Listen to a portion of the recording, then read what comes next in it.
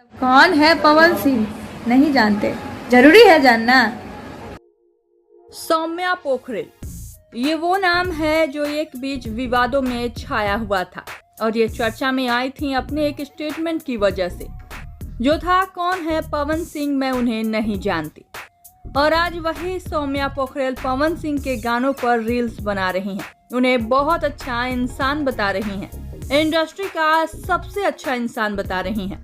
यहाँ तक कि पवन सिंह ने अपना अगला म्यूजिक वीडियो सौम्या को ऑफर कर दिया है।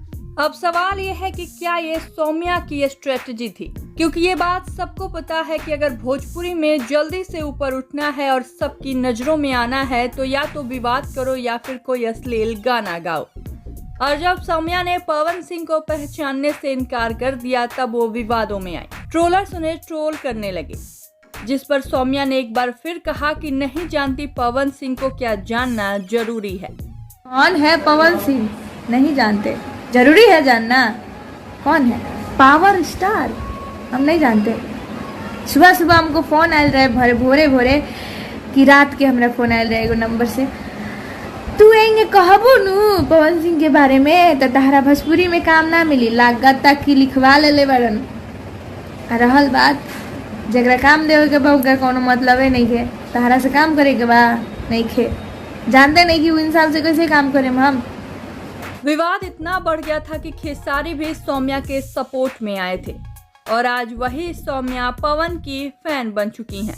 उनके गानों पर रील्स बना रही हैं, पवन के साथ काम करना चाहती हैं और अब तो खुद पवन ने ही ये मौका दे दिया है।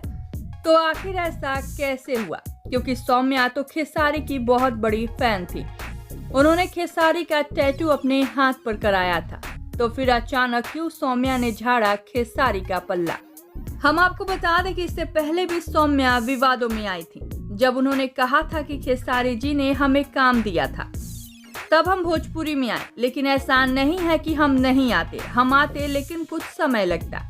अपने इस बयान को लेकर सौम्या विवादों में आई थी। खेसारी ने सौम्या के साथ एक गाना किया, उसके बाद सौम्या के साथ खेसारी ने काम नहीं किया। खेसारी से दरकिनार किए जाने के बाद सौम्या ने पवन सिंह के गानों पर रील्स बनाना शुरू कर दिया और पवन सिंह के करीबियों के साथ भी काम करना शुरू कर दिया, जिसका नतीजा ये हुआ कि आज खुद पवन सिंह ने सौम्या को अपना अगला म्यूजिक वीडियो ऑफर कर दिया है। सौम्या ने मंच पर पवन सिंह के लेटेस्ट गाने सेनुरा डाले से पहले गाने पर डांस किया और पवन सिंह को आवाज और दिल का भी धनी बताया और ये तक कह डाला कि पवन सिंह जैसा सच में कोई नहीं है। अब सवाल ये है कि क्या सौम्या ने ये जानबूझकर किया है? उन्होंने कंट्रोवर्सी का सहारा लिया अपने करियर को बनाने के लिए। आप सभी को क्या लगता है बताइए अपनी राय नीचे कमेंट बॉक्स में। और भी ऐसी खबरों के लिए सब्सक्राइब कीजिए हमारे चैनल को।